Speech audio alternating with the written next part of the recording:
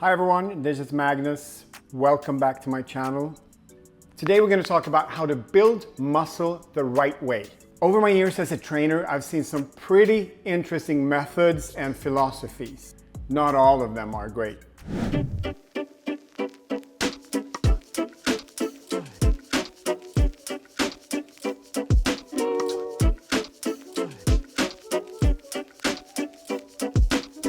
Today I'm going to go over the 3 most important things you need to get on top of if you want to build muscle the most effective and healthy way.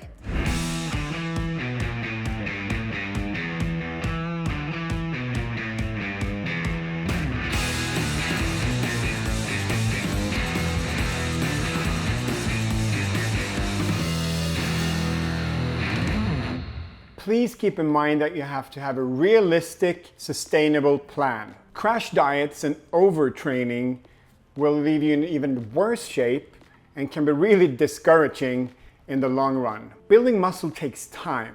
Let's start with breaking down how muscles grow. When you flex your muscles, you're contracting thousands of small muscle fibers.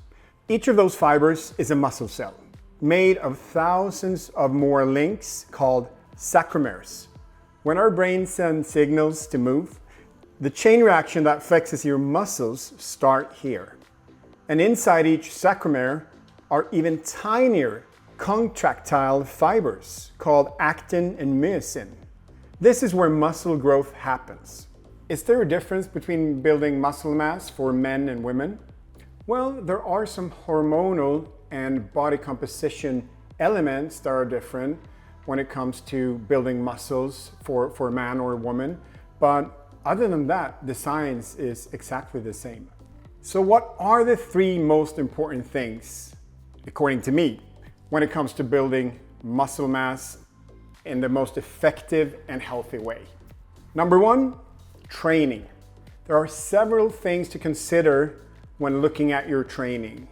Let's start with programming. You need a proper plan.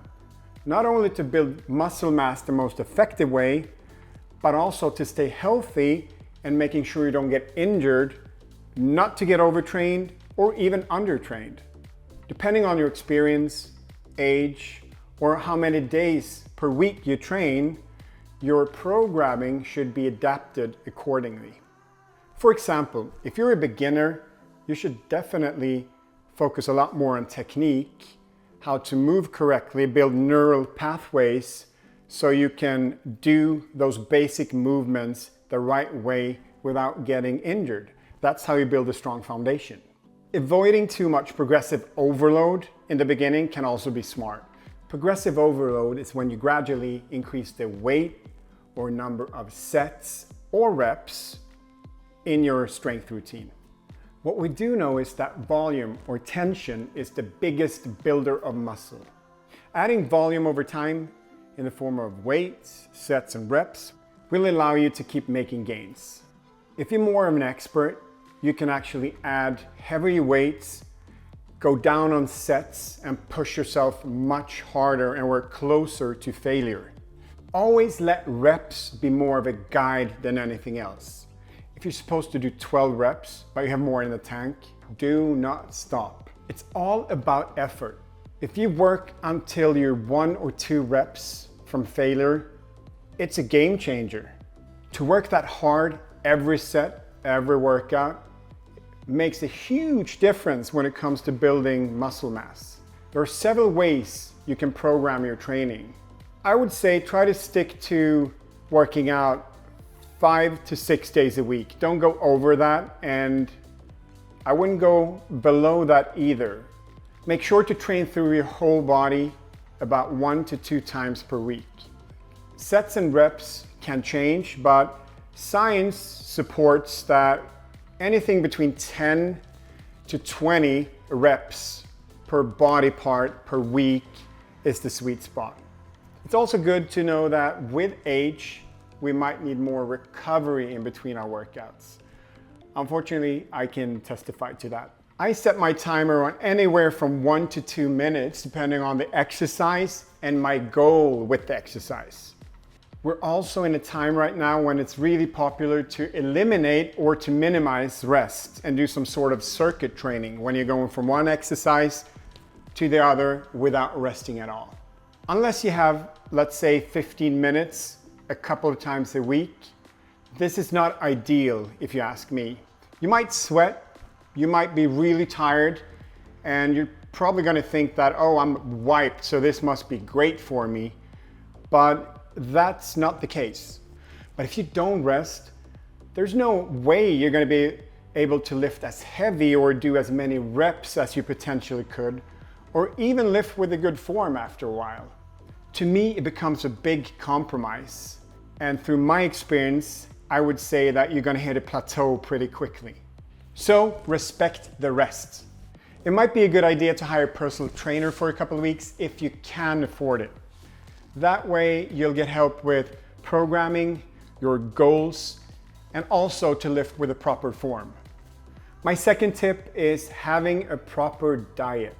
To allow your body to build muscle and to get the most out of your training, it is extremely important that you fuel your body with the right food and in the right quantity. I have several videos on nutrition, so if you want to go more deep into macros and calories, you should go and check them out. Overall, I think it's important to get your macros right. Macro or macronutrients are protein, fat, and carbs. Having basic knowledge about these will go a long way. I think you should try to eat about 2 grams of protein per kilo body weight in a day, or 1 gram per pound body weight in a day. Your body can take up somewhere between 30 to 50 grams of protein per meal, so make sure to spread those meals out through the day. One huge thing that you need to know about building muscle mass and protein is that you cannot be in protein deficit and build muscle mass. If your protein balance is positive, that surplus can go into your muscle cells. Carbs and fat are fuel for the body, and how much you need really depends on your age, your metabolism, and how active you are, and so on. You might favor more carbs over fat or the other way around, but what you really need to figure out is what makes you feel good and what works for you. The bottom line is that both carbs and fat are fuel for your body, and you need to eat enough of it to build muscle mass. If you want more guidance on nutrition or recipes, please check out Magnus Method App at magnusmethodapp.com, and the link is in the description below. Tip number 3 is recovery. Recovery is key if you want to build muscle mass. If you're on top on both nutrition and training, maximizing your recovery is another huge game changer. If you want to know more about sleep and how to optimize it, just check out the videos that I did with the sleep doctor, Michael Bruce. You might want to take that extra day off or even do a shorter session every once in a while. Don't train every day. If you're doing what you're supposed to be doing in the gym, you're going to need that day or 2 off. Trust me. Some people like to power walk on the days off. Some people like to stretch. On my days off, you'll find me on the couch.